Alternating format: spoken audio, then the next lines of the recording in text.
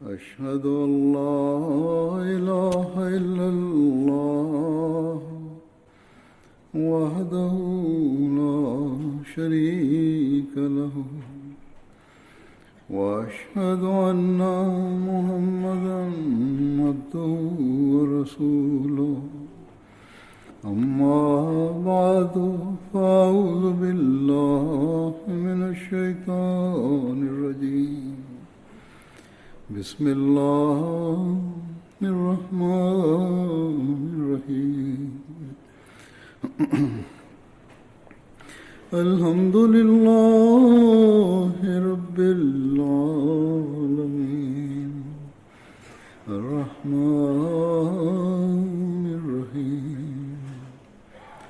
مالك يوم الدين إياك نعبد وإياك نستعين اهدنا الصراط المستقيم صراط الذين أنعمت عليهم غير المغضوب عليهم ولا الضالين.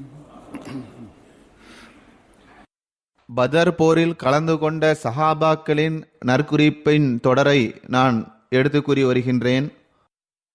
இன்றும் இதனையே நான் எடுத்து கூறுவேன். ஆனால் அதற்கு முன்பாக அன்சாருல்லா இஜ்திமா தொடர்பாக இதனையும் கூறிவிடுகின்றேன். அதாவது அந்த சஹாபாக்களில் அன்சார்களும் இருந்தனர், முஹாஜிர்களும் இருந்தனர்.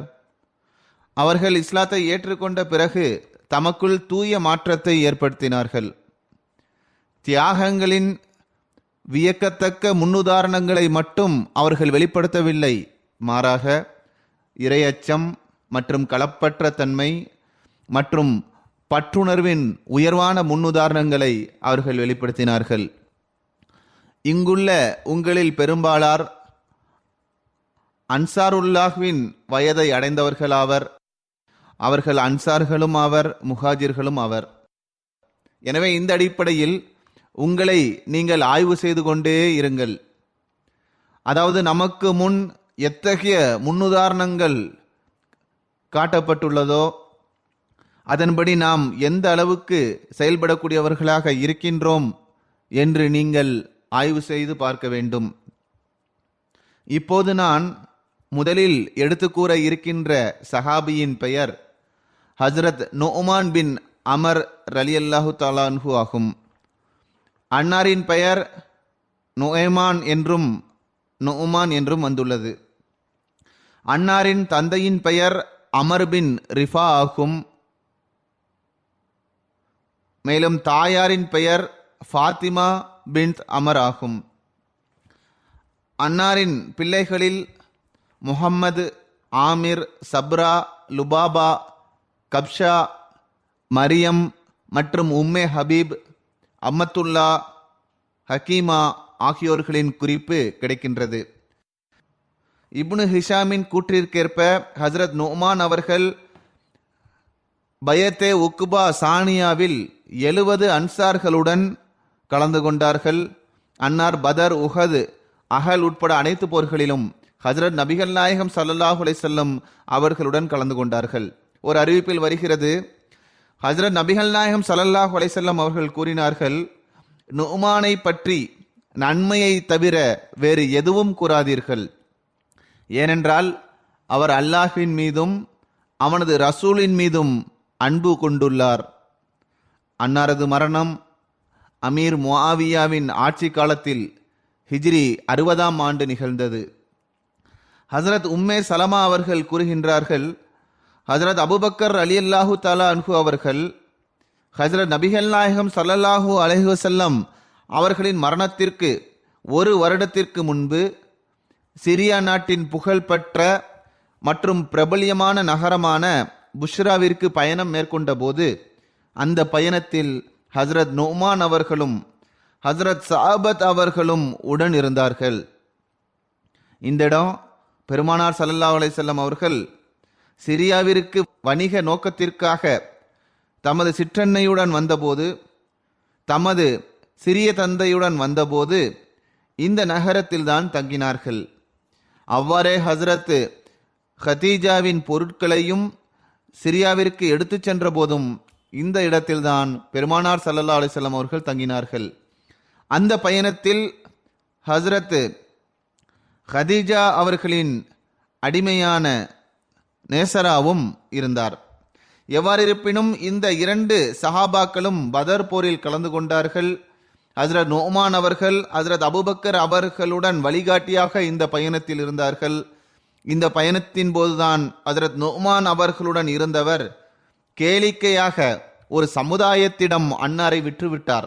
இந்த சம்பவத்தை நான் ஹஜ்ரத் சௌபத் அவர்களின் குறிப்பில் எடுத்து கூறிவிட்டேன். எவ்வாறு இருப்பினும் சுருக்கமாக எடுத்து கூறிவிடுகின்றேன். ஹஜ்ரத் நுஅமான் அவர்களுடன் இருந்த சௌபத் அவர்களிடம் கேளிக்கை செய்யும் பண்பு இருந்தது.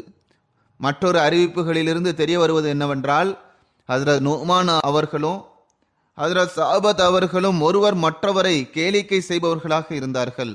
அவர்களது இயல்பில் இந்த பண்பு இருந்தது. சௌபத் அவர்கள் பயணத்தின் போது ஹஜ்ரத் நுஅமான் அவர்களிடம் எனக்கு உணவு தாருங்கள் என்று கூறினார்கள். அந்த நேரத்தில் ஹஜ்ரத் அபூபக்கர் அவர்கள் வெளியில் சென்றிருந்ததால் ஹஜ்ரத் நுஅமான் அவர்கள் ஹஜ்ரத் அபூபக்கர் ரலியல்லாஹு தஆலா அன்ஹு அவர்கள் வராமல் நான் உணவு தரமாட்டேன் என்று கூறினார்கள்.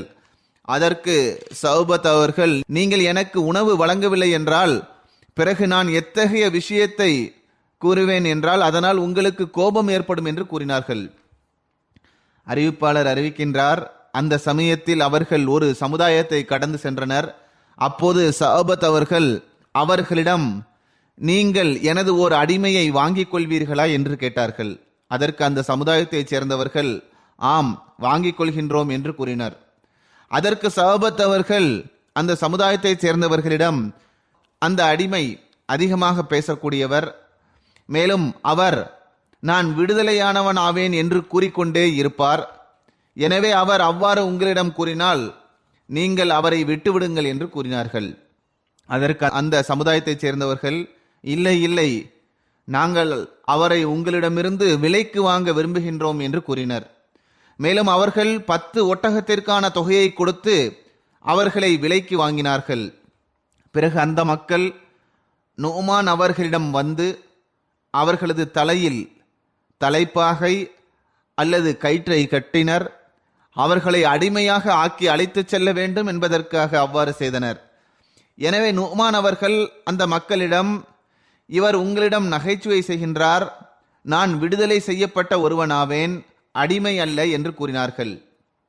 அதற்கு அம்மக்கள், அவர் உம்மை பற்றி முன்பே எங்களிடம் கூறிவிட்டார் என்று கூறியவாறு அன்னாரை தம்முடன் அழைத்து சென்று விட்டார்கள். ஹஜ்ரத் அபூபக்கர் ரலியல்லாஹு தஆலா அன்ஹு அவர்கள் வந்ததும் மக்கள் ஹஜ்ரத் நுஅமான் அவர்களை பற்றி கூறினார்கள். எனவே அபூபக்கர் அவர்கள் அந்த சமுதாயத்திற்கு பின்னால் சென்றவாறு அவர்களது ஒட்டகங்களை அவர்களுக்கு திருப்பி கொடுத்து விட்டு ஹஜ்ரத் நுஅமான் அவர்களை திருப்பி அழைத்து கொண்டு வந்தார்கள். அறிவிப்பாளர் அறிவிக்கின்றார், இந்த மக்கள் ஹஜ்ரத் நபிகள் நாயகம் ஸல்லல்லாஹு அலைஹி வஸல்லம் அவர்களிடம் திரும்பி வந்து நடந்த விஷயத்தை கூறிய போது நபிகள் நாயகம் ஸல்லல்லாஹு அலைஹி வஸல்லம் அவர்களும் சஹாபாக்களும் சிரித்தார்கள். மேலும் இந்த சம்பவம் 1 வருடம் வரை அவர்களிடையே நகைச்சுவையாக பேசப்பட்டு வந்தது. சில புத்தகங்களில் இந்த வேறுபாட்டுடன் இந்த சம்பவம் இவ்வாறு வருகிறது. அதாவது ஹஜ்ரத் நுஅமான் அவர்கள் தொடர்பாக, அதாவது ஹஜ்ரத் சௌபத் அவர்கள் விற்கவில்லை, மாறாக ஹஜ்ரத் நுஅமான் அவர்கள்தான் ஹஜ்ரத் சௌபத் அவர்களை விற்றதாக வருகிறது. எவ்வாறு இருப்பினும் இருவர் தொடர்பாகவும் இந்த சம்பவம் வருகிறது. ஹஜ்ரத் நுஅமான் தொடர்பாக அவர்களது இயல்பிலும் நகைச்சுவை செய்யும் பண்பு காணப்பட்டதாக வருகிறது. அது நபி ஸல்லல்லாஹு அலைஹி வஸல்லம் அவர்கள் அன்னாரது பேச்சை கேட்டு சிரிப்பார்கள் என்றும் வந்துள்ளது. ரபியா பின்த் உஸ்மான் அவர்கள் கூறுகின்றார்கள், ஹஜ்ரத் நபிகள் நாயகம் ஸல்லல்லாஹு அலைஹி வஸல்லம் அவர்களிடம் ஒரு காட்டரபி வந்தார். மேலும் பள்ளிவாசலுக்குள் வந்ததும் தமது ஒட்டகத்தை முற்றத்தில் அமர்த்தினார். அப்போது சில சஹாபாக்கள் ஹஜ்ரத் நுஅமான் அவர்களிடம், நீங்கள் இந்த ஒட்டகத்தை அறுத்துவிட்டால் நாம் அதை உண்போம். ஏனென்றால் எங்களது உள்ளம் மாமிசம் உண்ண விரும்புகின்றது. ஆனால் இது ஒரு காட்டரபியின் ஒட்டகமாகும். அவர் புகார் செய்வார். பெருமானார் ஸல்லல்லாஹு அலைஹி வஸல்லம் அவர்களிடம் புகார் செய்தால் பிறகு அன்னார் அதற்குரிய விலையை கொடுத்து விடுவார்கள் என்றும் அவர்கள் கூறினார்கள். அறிவிப்பாளர் கூறுகின்றார், ஹஜ்ரத் நுஅமான் அவர்கள் அவர்களது பேச்சை கேட்டு அந்த ஒட்டகத்தை அறுத்து விட்டார். பிறகு அந்த காட்டரபி வெளியே வந்தபோது தமது ஒட்டகத்தை இந்நிலையில் கண்டு, முஹம்மதே ஸல்லல்லாஹு அலைஹி வஸல்லம், எனது ஒட்டகம் அறுக்கப்பட்டு விட்டது என்று மிகவும் கூச்சலிட்டார். பெருமானார் ஸல்லல்லாஹு அலைஹி வஸல்லம் அவர்கள் வெளியே வந்தார்கள். மேலும் யார் இதனை செய்தார்கள் என்று கேட்டார்கள். அதற்கு நுஅமான் தான் இவ்வாறு செய்தார் என்று மக்கள் கூறினர். எனவே அன்னார் அவரை தேடிச் சென்றார்கள். ஆனால் நுஅமான் அவர்கள் ஒளிந்து கொண்டார்கள். எவ்வாறு இருப்பினும் ஹஜ்ரத் நபி ஸல்லல்லாஹு அலைஹி வஸல்லம் அவர்கள் அவரை தேடிச் சென்றார்கள். இறுதியில் ஹஜ்ரத் ஜியாத் பின்த் ஜுபைர் பின் அப்துல் முத்தலிபின் வீட்டில் ஒளிந்திருப்பதை அன்னார் கண்டார்கள். எங்கு அவர்கள் ஒளிந்து கொண்டார்களோ அங்கு ஒரு நபர் தமது விரலை நுஅமான் அவர்கள் இருக்கும் திசையை நோக்கி சைகை செய்தவாறு, நபிகள் நாயகமே, எனக்கு அவர் எங்கு இருக்கின்றார் என்று தெரியாது என்று கூறினார். எவ்வாறு இருப்பினும் பெருமானார் ஸல்லல்லாஹு அலைஹி வஸல்லம் அவர்கள் நுஅமான் அவர்களை அங்கிருந்து வெளியே வரச் செய்தார்கள். மேலும் இந்த செயலை நீங்கள் ஏன் செய்தீர்கள் என்று கேட்டார்கள்.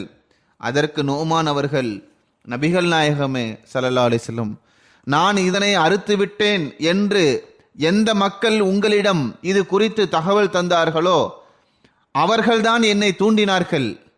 அவர்கள்தான் என்னிடம் இதற்குரிய கூலியை பெருமானார் ஸல்லல்லாஹு அலைஹி வஸல்லம் அவர்கள் கொடுத்து விடுவார்கள் என்று கூறினார்கள். எனவே பெருமானார் ஸல்லல்லாஹு அலைஹி வஸல்லம் அவர்கள் ஹஜ்ரத் நுஅமான் அவர்களது முகத்தை தமது கரங்களால் தடவினார்கள். மேலும் புன்முறுவல் செய்தார்கள். மேலும் அன்னார் ஸல்லல்லாஹு அலைஹி வஸல்லம் அவர்கள் அந்த காட்டரபிக்கு அந்த ஒட்டகத்தின் விலையையும் கொடுத்து விட்டார்கள். ஜுபைர் பின் பக்கார் அவர்கள் அல் ஃபுக்ஹா வல் மஸாஹிப் என்ற தமது நூலில் ஹஜ்ரத் நுஅமான் அவர்கள் தொடர்பாக இந்த சம்பவத்தை குறிப்பிட்டவாறு எழுதுகின்றார்கள். மதீனாவின் வெளியில் இருந்து எப்போது வியாபாரி வந்தாலும் ஹஜ்ரத் நுஅமான் அவர்கள் அந்த வியாபாரியிடமிருந்து எதையாவது பெருமானார் ஸல்லல்லாஹு அலைஹி வஸல்லம் அவர்களுக்காக வாங்கி விடுவார்கள். மேலும் அதனை அன்னாரிடம் கொண்டு வந்து, இது என் தரப்பிலிருந்து உங்களுக்கு அன்பளிப்பாகும் என்று கூறி அன்னாரிடம் அதனை வழங்குவார். அந்த பொருளின் எஜமானர் ஹஜ்ரத் நுஅமான் அவர்களிடம் அதற்கான தொகையை வாங்க வரும்போது அன்னார் அந்த வியாபாரியை பெருமானார் ஸல்லல்லாஹு அலைஹி வஸல்லம் அவர்களிடம் அழைத்து கொண்டு வந்து, நான் உங்களுக்காக வாங்கி கொடுத்த அந்த பொருளின் விலையை இவருக்கு கொடுத்து விடுங்கள் என்று கூறுவார்கள். அதற்கு பெருமானார் ஸல்லல்லாஹு அலைஹி வஸல்லம் அவர்கள், நீங்கள் இந்த பொருளை எனக்கு அன்பளிப்பாக கொடுக்கவில்லையா என்று கேட்டார்கள். அதற்கு அவர், நபிகள் நாயகமே ஸல்லல்லாஹு அலைஹி வஸல்லம், இறைவன் மீது ஆணையாக இந்த பொருளுக்கான தொகையை செலுத்த என்னிடம் எந்த தொகையும் இல்லை. ஆனால் அந்த பொருள் உண்பதற்கான பொருளாக இருந்தால் தாங்கள் அதை உண்ண வேண்டும். மேலும் அது வைத்துக் கொள்வதற்கான பொருளாக இருக்குமென்றால் நீங்கள் அதை வைத்துக் கொள்ள வேண்டும் என்பதே எனது விருப்பமாக இருந்தது என்று கூறுவார்கள். இதனை கேட்டு பெருமானார் ஸல்லல்லாஹு அலைஹி வஸல்லம் அவர்கள் சிரித்தார்கள். மேலும் இந்த பொருளின் எஜமானருக்கு அதற்குரிய தொகையை செலுத்துவதற்கான கட்டளையையும் பிறப்பித்தார்கள். ஆக இதுவே அந்த சஹாபியின் வியக்கத்தக்க அன்பு மற்றும் நேசமாகும். அவர்களது சபைகள் நகைச்சுவை நிறைந்த ஒன்றாக இருந்தன. அடுத்து நான் எடுத்துக்கூற இருக்கின்ற சஹாபி ஹஜ்ரத் ஹுபை பின் அசாஃப் ஆவார்கள். அன்னார் அன்சார்களின் ஹஸ்ரஜ் கோத்திரத்தின் பனு ஹாஷிம் கிளையை சார்ந்தவர். மற்றொரு கூற்றிற்கேற்ப அன்னாரது பெயர் ஹுபைப் பின் எசாஃப் என்றும் வந்துள்ளது. அன்னாரது தந்தையின் பெயர் எசாஃப் ஆகும். இன்னொரு கூற்றிற்கேற்ப யுசாஃப் என்றும் வந்துள்ளது. அன்னாரது பாட்டனாரின் பெயர் உத்துபா மட்டுமின்றி உன்பா என்றும் கூறப்படுகின்றது. அன்னாரின் தாயாரின் பெயர் சலமா பின் மசூத் ஆகும். அன்னாரது குழந்தைகளில் அபு கசீர் என்ற ஒரு மகன் இருக்கின்றார். அவரது பெயர் அப்துல்லா என்றும் வருகிறது. இவர் ஜமீலா பின் அப்துல்லா பின் அபி சலூலுக்கு பிறந்தவராவார். இரண்டாவது மகன் அப்துர் ரஹ்மான் ஆகும். இவர் உம்மை வலதின் வயிற்றில் பிறந்தார். மேலும் ஜைனப் பின் கைஸ் அவர்களின் மூலம் உனிசா என்ற ஒரு மகளும் அன்னாருக்கு உண்டு.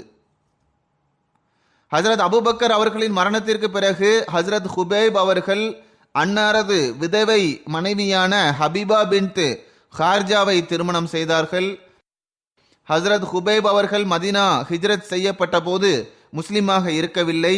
இருப்பினும் அன்னாருக்கு முஸ்லிம்கள் மதீனா ஹிஜ்ரத் செய்த போது முஹாஜிரின்களுக்கு பணிவிடை செய்யும் நற்பாகியம் கிடைத்தது. முஸ்லிமாகவில்லைதான், எனினும் அவர்கள் விருந்து உபசரிப்பு செய்தார்கள். ஹஜரத் தல்ஹா பின் அப்துல்லா மற்றும் ஹஜரத் சுஹைப் பின் சினான் அவர்களது வீட்டில் அன்னார் தங்கினார்கள்.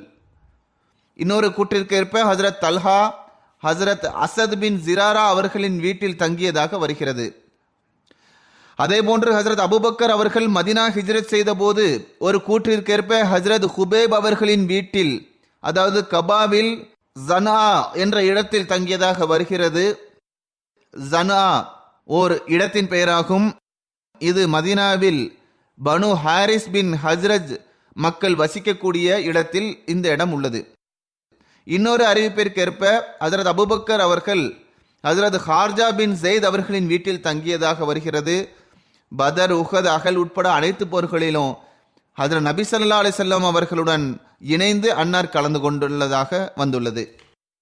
ஓர் அறிவிப்பில் இவ்வாறு வருகிறது, அதாவது ஹுபைப் அவர்கள் மதீனாவில் இருந்த போதிலும் அவர்கள் இஸ்லாத்தில் ஏற்றுக்கொள்ளாமலேயே இருந்தார்கள். எதுவரை என்றால், பெருமானார் ஸல்லல்லாஹு அலைஹி வஸல்லம் அவர்கள் பதர் போருக்காக சென்ற போது வழிப்பாதையில் அன்னாரை இவர்கள் சந்தித்தார்கள். பிறகு இஸ்லாத்தை ஏற்றுக்கொண்டார்கள் என்று வருகிறது. சஹி முஸ்லிமில் ஹஜரத் ஹுபைப் அவர்கள் இஸ்லாத்தை ஏற்றுக்கொண்ட சம்பவம் தொடர்பாக இவ்வாறு வருகிறது.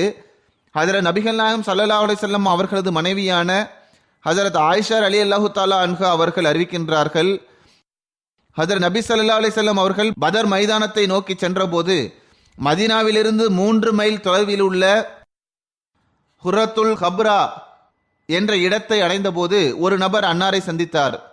பெருமானார் ஸல்லல்லாஹு அலைஹி வஸல்லம் அவர்களது சஹாபாக்கள் அந்த நபரை கண்டதும் மிகவும் மகிழ்ச்சியுற்றார்கள். அவர் அன்னாரை சந்தித்து, நான் உங்களுடன் செல்லவும் பொருட்செல்வத்திலிருந்து பங்கை பெறவும் வந்துள்ளேன் என்று கூறினார். அதற்கு பெருமானார் ஸல்லல்லாஹு அலைஹி வஸல்லம் அவர்கள், நீங்கள் அல்லாஹ் மற்றும் அவனது ரசூலின் மீது நம்பிக்கை கொள்கின்றீர்களா என்று கேட்டார்கள். அதற்கு அவர், நான் ஈமான் கொள்ளவில்லை, நான் முஸ்லிம் இல்லை என்று கூறினார். அதற்கு பெருமானார் ஸல்லல்லாஹு அலைஹி வஸல்லம் அவர்கள், பிறகு நீங்கள் திரும்பிச் சென்று விடுங்கள், ஏனென்றால் எந்த ஒரு இணை வைப்பவரிடமும் நான் உதவி பெற மாட்டேன் என்று கூறினார்கள். ஆயிஷா ரலியல்லாஹு தஆலா அன்ஹா அவர்கள் கூறுகின்றார்கள், அந்த நபர் திரும்பி சென்று விட்டார். அவர் மதீனாவிலிருந்து 6-7 மைல் தொலைவில் உள்ள ஷஜ்ரா என்ற இடத்தை அடைந்தார். அங்கு ஸல்லல்லாஹு அலைஹி வஸல்லம் அவர்கள் சென்றடைந்ததும் அந்த நபர் மீண்டும் அன்னாரை சந்தித்தார். மேலும் முதலில் கூறியது போன்றே இப்போதும் கூறினார். பெருமானார் ஸல்லல்லாஹு அலைஹி வஸல்லம் அவர்களும் முன்னர் கூறியது போன்றே இப்போதும் கூறினார்கள். பெருமானார் ஸல்லல்லாஹு அலைஹி வஸல்லம் அவர்கள் கூறினார்கள், நீங்கள் திரும்பி சென்று விடுங்கள், ஏனென்றால் எந்த ஒரு இணை வைப்பவரிடமும் நான் உதவி பெற மாட்டேன் என்று கூறினார்கள். பிறகு அவர் திரும்பிச் சென்றார். அவர் மதீனாவிலிருந்து 6-7 மைல் தொலைவில் உள்ள பைசா என்ற இடத்தை அடைந்தார். ஷஜ்ரா என்ற இடமும் இதற்கு அருகில்தான் இருக்கிறது. அந்த 2 இடங்களும் ஒன்று மற்றொன்றிற்கு அருகில்தான் இருக்கின்றது. அந்த இடத்தில் அந்த நபர் பெருமானார் ஸல்லல்லாஹு அலைஹி வஸல்லம் அவர்களை சந்தித்தார். பிறகு பெருமானார் ஸல்லல்லாஹு அலைஹி வஸல்லம் அவர்கள் தாம் ஏற்கனவே கூறியது போன்றே எந்த ஒரு இணை வைப்பவரிடமும் நான் உதவி பெற மாட்டேன் என்று கூறினார்கள். மேலும் ஸல்லல்லாஹு அலைஹி வஸல்லம் அவர்கள் கூறினார்கள், நீங்கள் அல்லாஹ் மற்றும் அவனது ரசூலின் மீது நம்பிக்கை கொள்கின்றீர்களா என்று கேட்டார்கள். அதற்கு அவர் ஆம் என்று கூறினார். எனவே பெருமானார் ஸல்லல்லாஹு அலைஹி வஸல்லம் அவர்கள், செல்லுங்கள், இப்போது நீங்கள் என்னுடன் வரலாம் என்று கூறினார்கள். இந்த அறிவிப்பின் விளக்கத்தில் இவ்வாறு எழுதப்பட்டுள்ளது, அதாவது எந்த நபர் இஸ்லாத்தை ஏற்றுக்கொண்டார் என்று இந்த அறிவிப்பில் வருகிறதோ அவர் ஹஜ்ரத் ஹுபைப் அவர்கள் ஆவார்கள். ஹசரத் ஹுபை பின் இசாப் அவர்கள் இஸ்லாத்தை ஏற்றுக்கொண்டது மற்றும் பதர் போரில் கலந்து கொண்டது தொடர்பான குறிப்பை எடுத்து கூறியவாறு அல்லாமா நூருத்தீன் ஹலபி அவர்கள் சீரத்துல் ஹலபியா என்ற தமது நூலில் இவ்வாறு எழுதுகின்றார்கள்.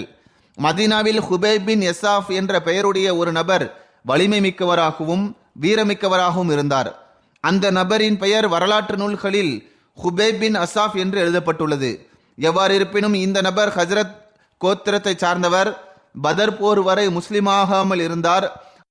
ஆனால் இவரும் தமது சமுதாயமான ஹஸ்ரஜ் கோத்திரத்தினருடன் போரில் வெற்றி பெற்றால் பொருட்செல்வம் கிடைக்கும் என்ற நம்பிக்கையில் போருக்காக சென்றார்.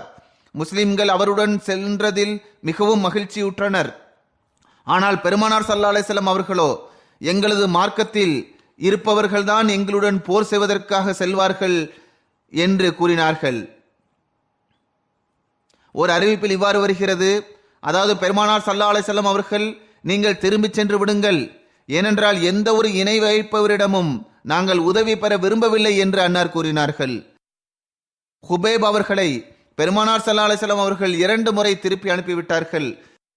3வது முறை பெருமானார் ஸல்லல்லாஹு அலைஹி வஸல்லம் அவர்கள் ஹுபைபிடம், நீர் அல்லாஹ் மற்றும் அவனது ரசூலின் மீது நம்பிக்கை கொள்கின்றீரா என்று கேட்டார்கள். அதற்கு அவர் ஆம் என்று கூறி இஸ்லாத்தை ஏற்றுக்கொண்டார். பிறகு அவர் மிகவும் தைரியத்துடன் மிக சிறந்த முறையில் போர் செய்தார் என்று ஒரு அறிவிப்பில் வருகிறது. முஸ்னத் அஹமது பின் ஹம்பலில் ஹஜ்ரத் ஹுபைப் அவர்கள் இஸ்லாத்தை ஏற்றுக்கொண்ட சம்பவத்தின் விளக்கம் இவ்வாறு கூறப்பட்டுள்ளது. அதாவது, நானும் எனது சமுதாயத்தின் இன்னொரு நபரும் பெருமானார் ஸல்லல்லாஹு அலைஹி வஸல்லம் அவர்கள் போருக்காக ஆயத்தமாகி கொண்டிருந்த போது அன்னாரை சந்தித்தோம். அப்போது நாங்கள் இஸ்லாத்தை ஏற்றுக்கொண்டிருக்கவில்லை. நாங்கள் பெருமானார் ஸல்லல்லாஹு அலைஹி வஸல்லம் அவர்களிடம், நிச்சயமாக எங்களுக்கு வெட்கம் வருகிறது, அதாவது எங்களது சமுதாயம் போருக்காக செல்கிறது, ஆனால் நாங்களோ அவர்களுடன் போரில் கலந்து கொள்ளவில்லை என்று கூறினோம். அதற்கு பெருமானார் ஸல்லல்லாஹு அலைஹி வஸல்லம் அவர்கள், நீங்கள் இருவரும் இஸ்லாத்தை ஏற்றுக்கொண்டு விட்டீர்களா என்று கேட்டார்கள். அதற்கு நாங்கள் இல்லை என்று கூறினோம். அதற்கு பெருமானார் ஸல்லல்லாஹு அலைஹி வஸல்லம் அவர்கள், நிச்சயமாக நாங்கள் இணை வைப்பவர்களுக்கு எதிராக இணை வைப்பவர்களிடம் உதவி பெற மாட்டோம். இணை வைப்பவர்களுடன் போர் நடைபெறுகிறது. அவ்வாறு இருக்கும்போது இணை வைப்பவர்களிடம் உதவி பெறுவது எவ்வாறு சாத்தியமாகும் என்று கூறினார்கள். ஹஜ்ரத் ஹுபைப் அவர்கள் கூறுகின்றார்கள், எனவே நாங்கள் இஸ்லாத்தை ஏற்றுக்கொண்டோம். பெருமானார் ஸல்லல்லாஹு அலைஹி வஸல்லம் அவர்களுடன் இந்த போரில் கலந்து கொண்டோம். இந்த போரில் நான் ஒருவனை கொன்றேன், மேலும் அவன் எனக்கு காயத்தை ஏற்படுத்தினான். பிறகு நான் கொலை செய்த அந்த நபரின் மகளை திருமணம் செய்து கொண்டேன். அவள் என்னிடம், உங்களுக்கு காயத்தை ஏற்படுத்திய அந்த நபரை உங்களால் மறக்க முடியாது என்று கூறி வந்தாள். அதற்கு நானும், நீயும் உனது தந்தையை விரைவாக நெருப்பில் நுழையச் செய்த அந்த நபரை மறக்க மாட்டாய் என்று கூறி வந்தேன். பதர் போரில் ஹஜ்ரத் ஹுபைப் அவர்கள் மக்கத்து குறைஷிகளின் தலைவனான உமையா பின் ஹல்ஃபை கொலை செய்தார்கள். இந்த சம்பவத்தை பற்றி முஸ்னத் அஹமது பின் ஹம்பலில் சுருக்கமான குறிப்பு காணப்படுகிறது. திருமண சம்பவம் தொடர்பாக அல்லாமா நூருத்தீன் அவர்கள் சீரத்தே ஹல்பியா என்ற தமது நூலில் இவ்வாறு கூறுகின்றார்கள்.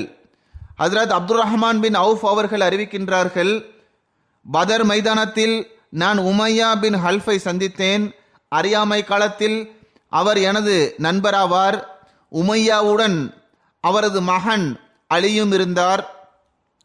அவன் தனது தந்தையின் கையை பிடித்திருந்தார்.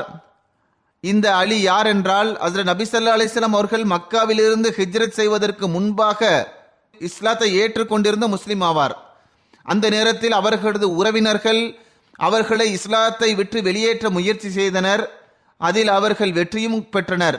பிறகு இந்த மக்கள் நிராகரிப்பின் நிலையிலேயே கொல்லப்பட்டனர். இந்த மக்கள் தொடர்பாகவே அல்லாஹ் இந்த வசனத்தை இறக்கினான். இன்னல்லதீன தவஃபாஹுமுல் மலாயிகத்து ஜாலிமி அன்ஃபுசிஹிம் காலு ஃபீமா குன்தும் காலு குன்னா முஸ்தல் அஃபீன ஃபில் அர்ல். அதாவது, தங்களுக்குத்தாமே தீங்கிழைத்தவர்களுக்கு வானவர்கள் மரணத்தை கொடுக்கின்ற போது அவர்களிடம், நீங்கள் எந்த எண்ணத்தில் இருந்தீர்கள் என்று கேட்பார்கள். இதற்கு அவர்கள், நாங்கள் நாட்டில் பலவீனர்களாக எண்ணப்பட்டோம் என்று கூறுவார்கள். அதற்கு மலக்குகளாகிய அவர்கள், அல்லாஹ்வின் பூமி விரிவானதல்லவா என்று பதில் கூறுவர்.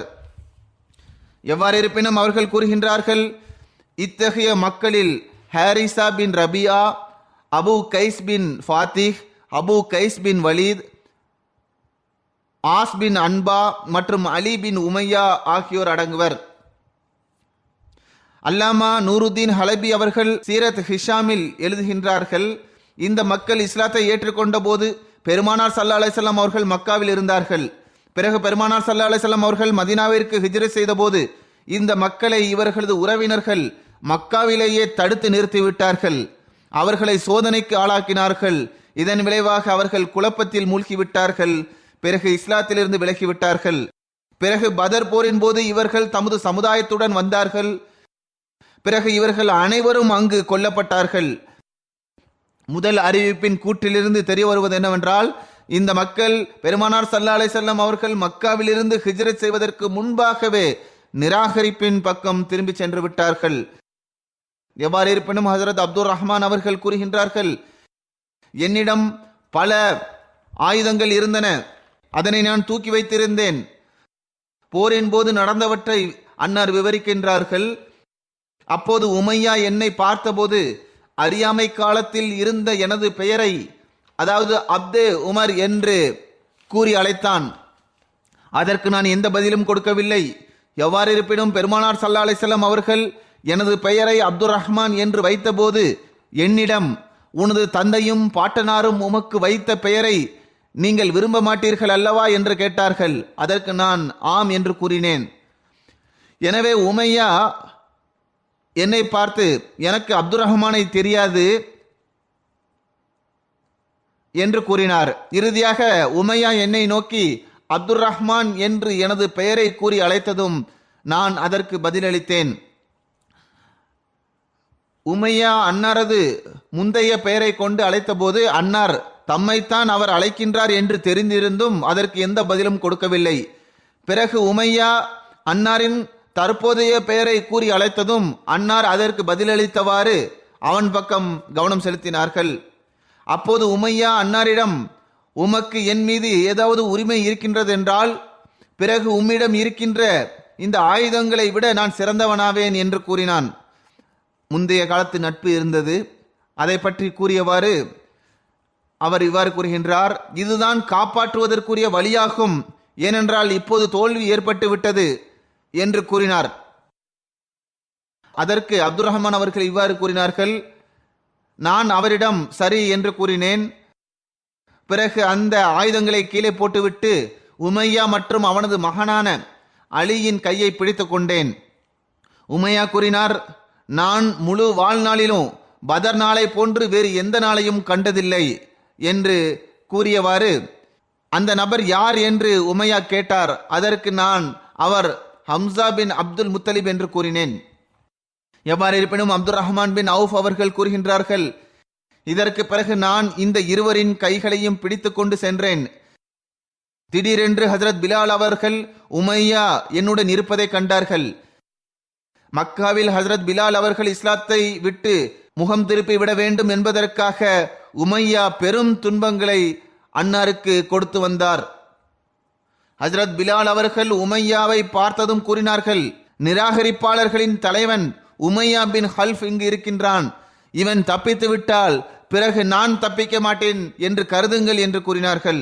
இதை கேட்டுவிட்டு ஹஜரத் அப்துல் ரஹ்மான் பின் அவுஃப் அவர்கள் கூறினார்கள், நீங்கள் என் கைதி தொடர்பாக இவ்வாறு கூறுகின்றீர்கள். ஆனால் ஹஜரத் பிலால் அவர்கள் மீண்டும் மீண்டும் இதனை கூறினார்கள், இவன் தப்பித்து விட்டால் பிறகு நான் தப்பிக்க மாட்டேன். நானும் அவருக்கு இதே பதிலையே கூறி வந்தேன். பிறகு ஹஜரத் பிலால் அவர்கள் மிகவும் உரத்த குரலில், அல்லாஹ்வின் உதவியாளர்களே, இவர் நிராகரிப்பாளர்களின் தலைவராவார். இவன் உமையா பின் ஹல்ஃப் ஆவான். இவன் தப்பித்து விட்டால் பிறகு நான் தப்பிக்க மாட்டேன் என்று கூறினார்கள். இவ்வாறு பிலால் அவர்கள் மீண்டும் மீண்டும் கூறி வந்தார்கள். ஹஜரத் அப்துல் ரஹ்மான் பின் அவுஃப் அவர்கள் கூறினார்கள், இதை கேட்டுவிட்டு அன்சார்கள் ஒன்று கூடினர், ஓடி வந்தனர். அவர்கள் நாலாப்புறமும் எங்களை சூழ்ந்தனர். பிறகு ஹஜரத் பிலால் அவர்கள் வாளை கொண்டு உமையாவின் மகனின் மீது தாக்குதல் தொடுத்தார்கள். இதன் காரணமாக அவன் கீழே விழுந்தான். இந்த அச்சத்தின் காரணமாக உமையா எந்த அளவுக்கு உரத்த குரலில் கத்தினான் என்றால், அவ்வாறான சப்தத்தை அவன் ஒருபோதும் கேட்டது கிடையாது. இதற்கு பிறகு அன்சார்கள் இந்த இருவரையும் வாள்களால் தாக்குதல் தொடுத்தனர், வெட்டி சாய்த்தனர். சஹி புகாரியில் உமையா கொலை செய்யப்பட்ட சம்பவம் தொடர்பாக இவ்வாறு வந்துள்ளது. ஹஜரத் அப்துல் ரஹ்மான் பின் அவுஃப் அவர்கள் கூறுகின்றார்கள், நான் உமையா பின் ஹலஃபிற்கு கடிதம் எழுதினேன். அதில் அவர் எனது செல்வம் மற்றும் குடும்பத்தை மக்காவில் பாதுகாக்க வேண்டும், மேலும் நான் அவரது செல்வம் மற்றும் பொருட்களை மதீனாவில் பாதுகாப்பேன் என்று எழுதியிருந்தேன். மேலும் நான் எனது பெயரை அப்துல் ரஹ்மான் என்று எழுதிய போது உமையா எனக்கு அப்துல் ரஹ்மான் யார் என்று தெரியாது, அறியாமை காலத்தில் இருந்த எனது பெயரையே எழுது என்று கூறினான். எனவே நான் எனது பெயரை அப்தே உமர் என்று எழுதினேன். அவன் பதர் போர் மைதானத்தில் இருந்தபோது நான் ஒரு மலை உச்சியின் பக்கம் சென்று விட்டேன். அவனுக்கு பாதுகாப்பு கொடுக்க வேண்டும் என்பதற்காக சென்றேன். ஆனால் பிலால் அவர்கள் உமையாவை எங்கேயோ பார்த்து விட்டார்கள். அங்கு அவர்கள் சென்று அன்சார்களின் ஒரு சபையில் நின்றவாறு, இவன் உமையா பின் ஹலஃபாவான், இவன் தப்பித்து விட்டால் பிறகு நான் தப்பிக்க மாட்டேன் என்று கூறினார்கள். எனவே பிலால் அவர்களுடன் சில மக்கள் எங்களுக்கு பின்னால் சென்றார்கள். உமையாவை பிடித்து விடுவார்களோ என்று நான் அஞ்சினேன். அப்துல் ரஹ்மான் பின் அவுஃப் அவர்கள் கூறுகின்றார்கள், நான் அவர்களிடம் கூறினேன், நான் உங்களை கைதியாக்கி விடுகின்றேன். எனவே நான் உமையா மற்றும் அவனது மகனை கைதியாக்கிவிட்டேன். ஆனால் ஹஜரத் பிலால் அவர்களுடன் தாக்குதல் தொடுக்க வந்த முஸ்லிம்கள் உமையாவின் மகனை கொன்றார்கள். பிறகு உமையாவையும் அவர் தடித்த உடலை கொண்டிருந்தார். எனவே அவர் அங்குமிங்கும் செல்ல இயலாமல் ஆகிவிட்டதனால் அவர் மீதும் தாக்குதல் தொடுத்தார்கள், அவரையும் கொன்று விட்டார்கள். அவர்களில் ஒருவர் எனது காலுக்கு கீழே வாளின் மூலமாக அவரை தாக்கினார். எனவே அதன் காரணமாக எனக்கு காயம் ஏற்பட்டது. இப்ராஹிம் என்ற அறிவிப்பாளர் கூறுகின்றார், ஹஜ்ரத் அப்துல் ரஹ்மான் பின் அவுஃப் அவர்கள் தமது காலுக்கு அடியில் இருந்த அந்த அடையாளத்தை எங்களுக்கு காட்டி வந்தார்கள். உமையா மற்றும் அவனது மகனை யார் கொன்றார்கள் என்றால் இது தொடர்பாக இவ்வாறு வருகிறது. அதாவது உமையாவை அன்சார் கோத்திரத்தின் பனு மஅசஃபை சார்ந்த ஒரு நபர் தான் கொலை செய்தார் என்று வந்துள்ளது. இப்னு ஹிஷாம் அவர்கள் கூறுகின்றார்கள், உமையாவை ஹஜரத் மாஸ் பின் அஃப்ரா, ஹார்ஜா பின் ஜயித் மற்றும் ஹுபை பின் இசாஃப், அதாவது எந்த சஹாபியை பற்றி எடுத்து கூறப்பட்டு வருகின்றதோ ஆகியோர் இணைந்து கொலை செய்தனர் என்று வருகிறது. உமையாவை ஹஜரத் பிலால் அவர்கள் கொலை செய்தார்கள் என்றும் வருகிறது. உண்மை என்னவென்றால் இந்த அனைத்து சஹாபாக்களும் இணைந்துதான் உமையாவை கொலை செய்தனர். மேலும் உமையாவின் மகனான அலியை ஹஜரத் பிலால் அவர்கள் தாக்குதல் தொடுத்து அவனை கீழே விழச் செய்தார்கள். பிறகு அவனை ஹஜரத் அம்மார் பின் யாசிர் அவர்கள் கொலை செய்தார்கள். சில சம்பவங்களின் விளக்கமானது நேரடியாக இந்த சஹாபாக்களுடன் தொடர்பு இருப்பதில்லை. ஆனால் நான் எடுத்து கூறுவதன் காரணம் என்னவென்றால், நமக்கு வரலாறு தொடர்பாக சிறிதளவாது அறிவு இருக்க வேண்டும் என்பதற்காகவே நான் இந்த வரலாற்று சம்பவங்களை எடுத்து கூறுகின்றேன். ஹுபை பின் அப்துல் ரஹ்மான் அவர்கள் கூறுகின்றார்கள், எனது பாட்டனாரான ஹஜரத் ஹுபைப் அவர்களுக்கு பதர் நாளில் காயம் ஏற்பட்டது. அவர்களது காலில் எலும்பு உடைந்து விட்டது. எனவே பெருமானார் ஸல்லல்லாஹு அலைஹி வஸல்லம் அவர்கள் அந்த இடத்தில் தமது உமிழ் நீரை இட்டார்கள். அதன் சரியான இடத்தில் அதை வைத்து விட்டார்கள். இதன் காரணமாக ஹுபைப் அவர்கள் நடக்க ஆரம்பித்தார்கள். இன்னொரு அறிவிப்பில் வருது, ஹஜரத் ஹுபைப் அவர்கள் கூறுகின்றார்கள், ஒரு போரின் போது எனது தோளில் ஒரு பெரிய காயம் ஏற்பட்டது. அது எனது வயிறு வரை சென்றடைந்தது. இதன் காரணமாக எனது கை தொங்கியது. பிறகு பெருமானார் ஸல்லல்லாஹு அலைஹி வஸல்லம் அவர்களிடம் நான் சென்றேன். அன்னார் அந்த இடத்தில் தமது உமிழ் நீரை இட்டார்கள், அதனை ஒன்றாக இணைத்தார்கள். இதன் காரணமாக அது முற்றிலும் சரியாகிவிட்டது. பிறகு எனது காயமும் சரியாகிவிட்டது.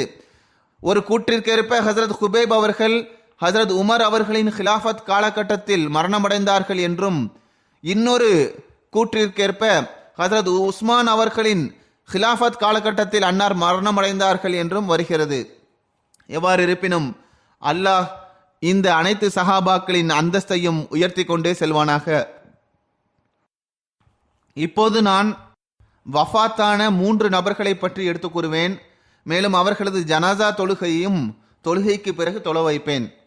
இவர்களில் முதலாவது குறிப்பு ரப்வாவை சேர்ந்த மதிப்பிற்குரிய சையது முகமது சர்வர் சாஹிப் அவர்களின் மனைவியான மதிப்பிற்குரிய ரஷீதா பேகம் சாஹிபா அவர்களுடையதாகும்.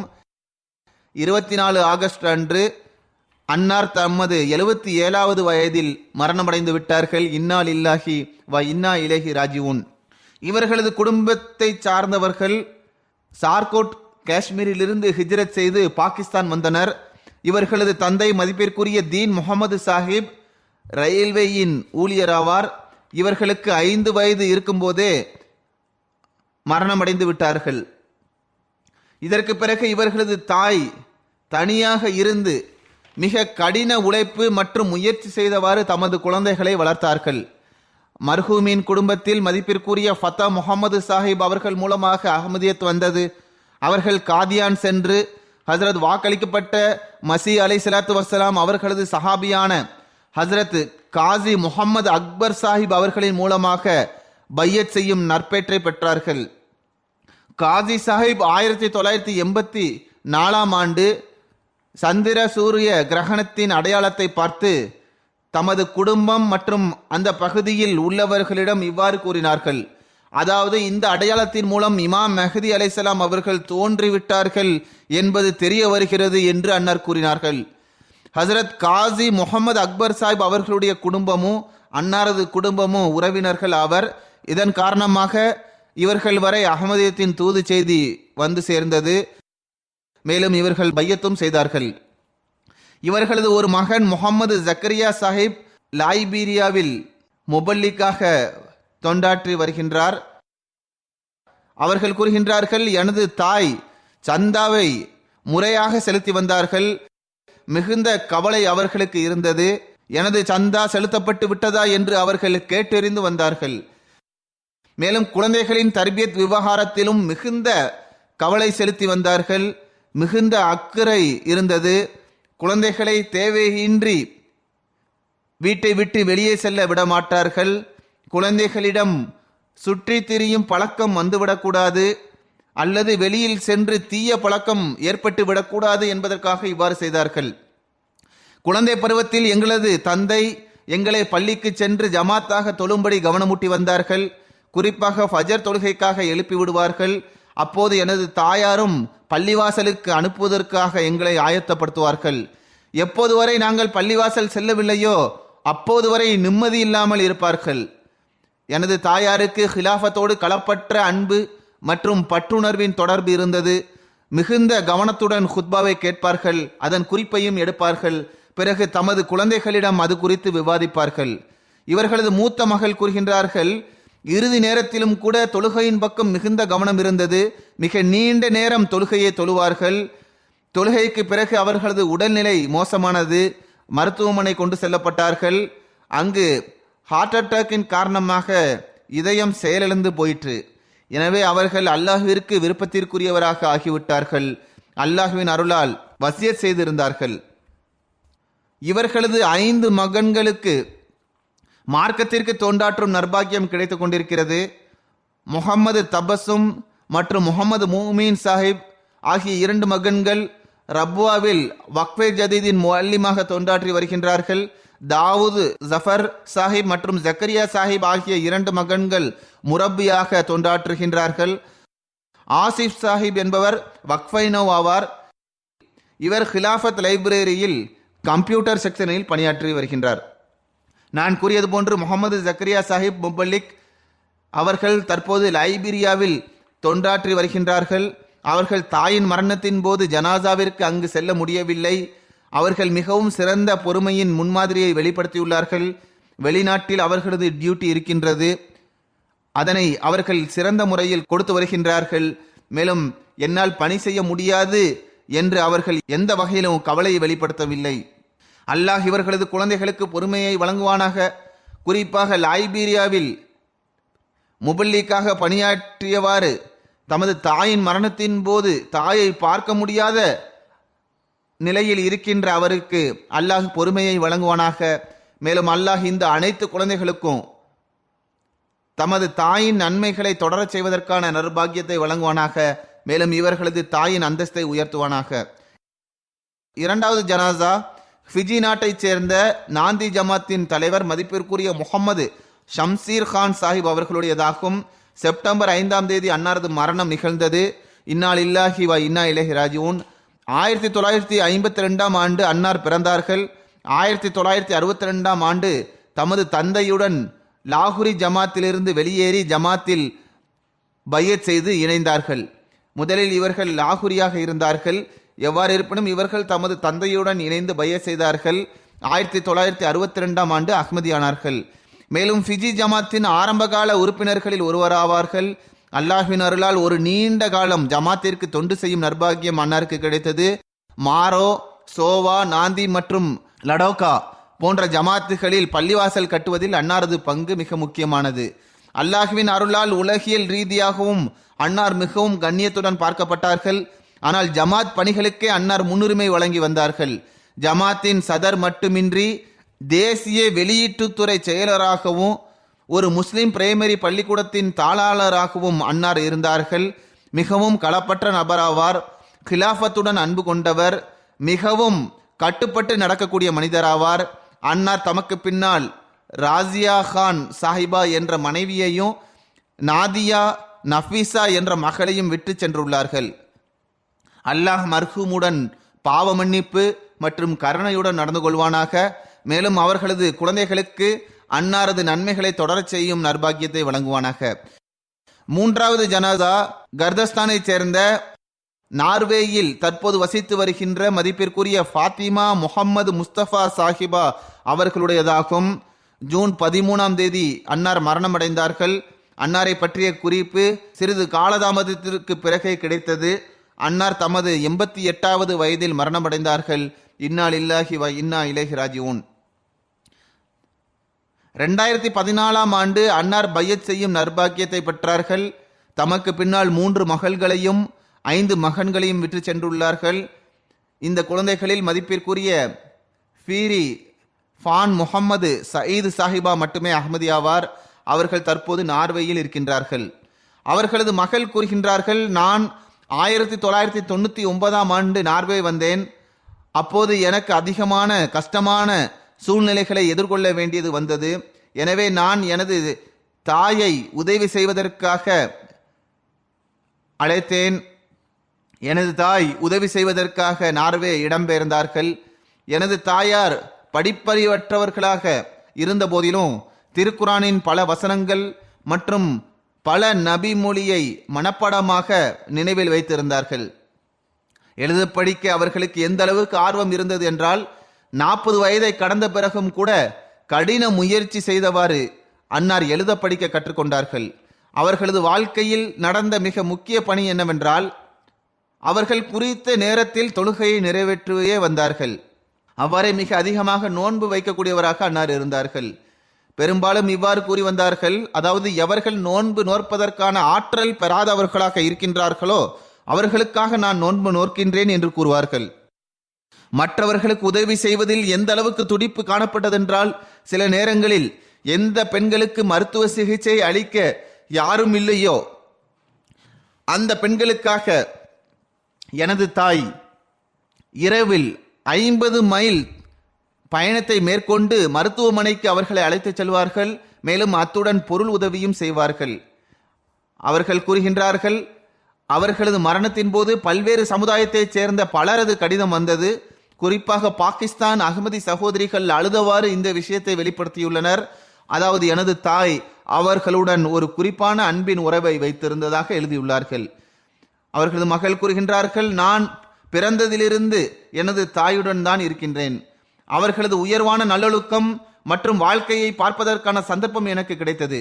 எவர் தொடர்பாகவும் ஒருபோதும் மனதில் தப்பணத்தை கொண்டிருக்கவில்லை. பெரிய பெரிய தவறுகளையும் மன்னிப்பதற்காக எப்போதும் தயாராக இருந்தார்கள். மேலும் எங்களுக்கு குழந்தை பருவத்திலிருந்து இந்த அடிப்படையான விஷயத்தை போதித்து வந்தார்கள். அதாவது உங்களுக்கு எதிராக பேச வேண்டியது வந்தாலும் உண்மையை பேசுங்கள். மேலும் உங்களது கண்கள் மற்றும் கைகள் ஏதாவது தவறு செய்திருந்தால் பிறகு உங்களுக்கு எந்த அளவுக்கு தைரியம் இருக்க வேண்டும் என்றால் நீங்கள் உங்களது கண் மற்றும் கைகளை குற்றவாளி என கூற வேண்டும். அந்த அளவிற்கு உங்களுக்கு தைரியம் இருக்க வேண்டும். சந்திக்கக்கூடிய ஒவ்வொருவரையும் சிரித்த முகத்துடன் சந்திப்பார்கள்.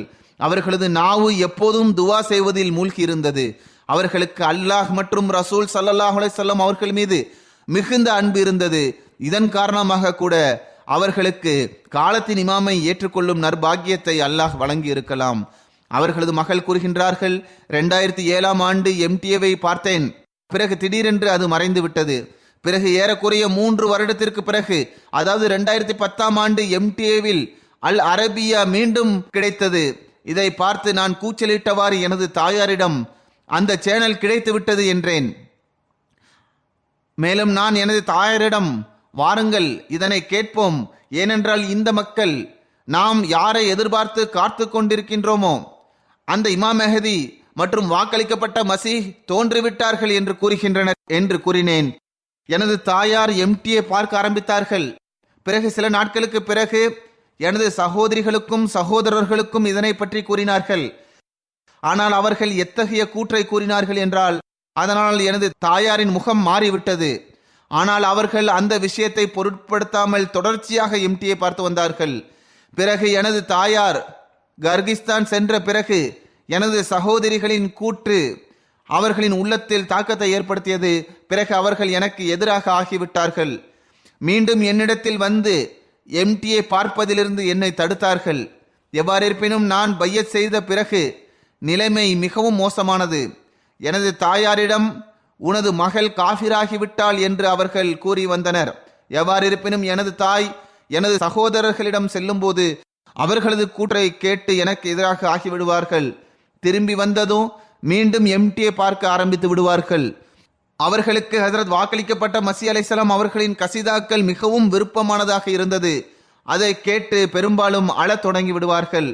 ஒரு நாள் ஹஜ்ரத் வாக்களிக்கப்பட்ட மசீஹ் அலைஹிஸ்ஸலாம் அவர்களின் யா ஐன ஃபைலுல்லாஹி வல் இர்ஃபானி என்ற இந்த கசீதாவை கேட்டுக்கொண்டிருந்தார்கள்.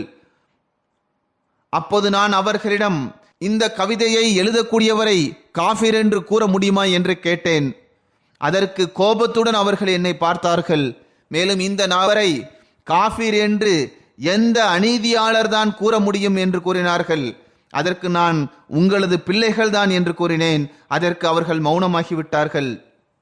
பிறகு நான் எனது தாயாரிடம், நீங்கள் உங்களது ஈமானின் வலிமையின் காரணமாக பிரசித்தி பெற்றவர்களாவீர்கள். எனவே நீங்கள் எதற்காக அஞ்சுகின்றீர்கள் என்று கேட்டேன். இறைவனை கண்டு அஞ்சுகின்றீர்களா அல்லது உங்களது பிள்ளைகளை கண்டு அஞ்சுகின்றீர்களா என்றும் கேட்டேன். எனது இந்த கேள்வியினால் அவர்கள் மிகுந்த தாக்கத்திற்கு ஆளானார்கள். ஆனால் எந்த பதிலையும் அவர்கள் கொடுக்கவில்லை. அந்த இரவில் என்னை அழைத்து ஜமாத்தின் தலைமையகத்திற்கு போன் செய்து, நான் பையத் செய்ய வேண்டும் என்பதை தெரிவித்து விடு என்று கூறினார்கள். நான், நீங்கள் சிந்தித்து முடிவெடுங்கள் என்று கூறினேன். எவ்வாறு இருப்பினும் முழு இரவும் அவர்கள் சிந்தித்தார்கள், துவா செய்தார்கள். மேலும் காலையில் எழுந்ததுமே நான் பையத் செய்ய வேண்டும் என்று முடிவெடுத்து விட்டேன் என்று கூறினார்கள்.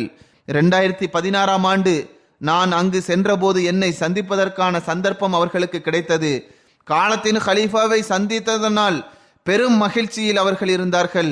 மேலும் ஒவ்வொருவருக்கும் இதை பற்றி கூறி வந்தார்கள். அன்னாருக்கு ஹிலாஃபத்தோடு நன்றியுணர்வின் பற்றுணர்வின் தொடர்பு இருந்தது.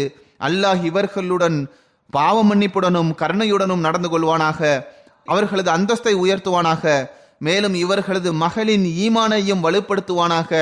மேலும் இவர்களது அஹ்மதி அல்லாத பிள்ளைகளின் உள்ளங்களையும் அல்லாஹ் திறப்பானாக. மேலும் அவர்களது துவாக்களை இவர்களது ஹக்கிலும் நிறைவேற்றுவானாக.